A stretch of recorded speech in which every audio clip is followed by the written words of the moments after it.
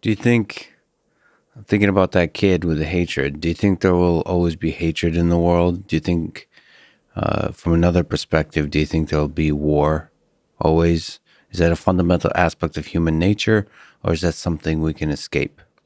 Yeah, so war, I think, has like very negative connotations in terms of bullets and bombs and death and kind of just very morbid type understanding.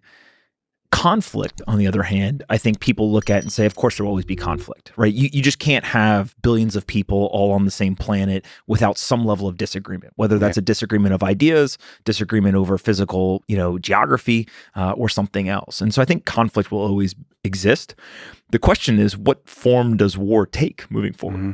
And so in my mind, it's starting to look a lot more clinical, right? A lot more drones, a lot less soldiers on the ground, a lot more use of special forces and kind of these small, highly specialized teams rather than kind of big mechanical armies.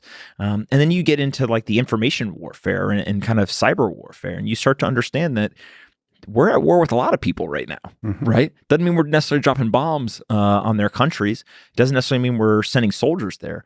But on a daily basis, we are engaged in these kind of, cyber battlefields. And so if that's where war starts to play out, it changes the tools and tactics and techniques that we need to arm our country and other countries will arm themselves with.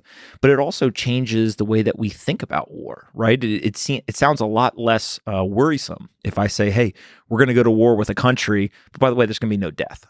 Mm-hmm. Right? Okay. Like that doesn't sound nearly as bad as, hey, we're going to go send 10,000 soldiers and, some percentage of them are going to die on the battlefield. And then we're going to, basically pipe back videos and articles saying that American soldiers are dying. Yeah. There does seem to be a fundamental difference between the Genghis Khan style. Like if I would feel differently if somebody like hand to hand with a knife murdered my family versus cybersecurity wise stole all their data, stole all their money, stole everything they own, falsified their identity, all that kind of stuff. Those are both traumatic events, but they do seem to be fundamentally different. But maybe that's actually very narrow style thinking, because ultimately you have to think about what is life and what's happiness. And it's like the samurai thinking.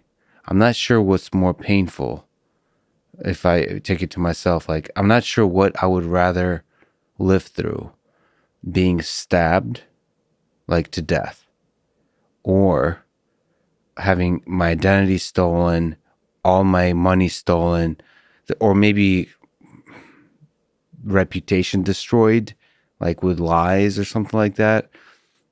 That's very interesting to think about if you think about quality of life and all those kinds of things. Well, one's finite, right? Yes, one, the pain ends, yeah, and the other is kind of a long, prolonged, almost torture. So it's physical pain versus psychological pain. It's really interesting to think about.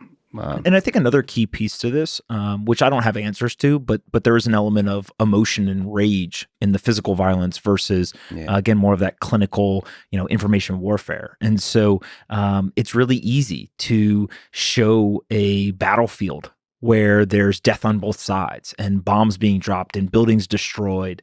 It fits very well into propaganda for everyone involved, right? Regardless of what side they're on. When you start talking about cyber warfare, how many times have we seen a big company get data hacked or information hacked, and we all, read the headlines, maybe throw a tweet out, and then move on with our day and don't remember it anymore? And so it's just very, very different, I think, in the emotion and response that it invokes in people when they hear about it as well. Given the conflict, do you think people are fundamentally good? Or are we all sort of like blank slates that could be evil given the environment or good given the environment? Or can we is there some base that we can rely on that people, if left to their own devices, will be good and trustworthy and honest? I think you have to separate out intention from action. So if you talk to some of the most heinous criminals in the world, they've rationalized their actions. And so you've got to ask yourself, what is the level at which they understood what they were doing, that they intended to be malicious, nefarious, and kind of do bad things, versus the actual actions themselves. And so even as a society, if, let's say, for example, you were to walk down the street and you were to murder somebody on the sidewalk completely unprovoked, we would look at you and say you are a sociopath. You have everything wrong with you, and that is somebody that we do not want in our society, and therefore we will levy, the extent of rule of law against you in order to protect society from you, right? And you become that monster, that beast. If in the same situation somebody walks in your house with a knife and you murder them or you kill them, now we put you up on a pedestal as a hero. And those are two very, very different responses. Yeah. They may be just as morbid. They may be just as violent in terms of the actual actions. The intentions, the way it's perceived is very, very different. And so I think that as a world, we like a very black and white, clean cut, good, bad.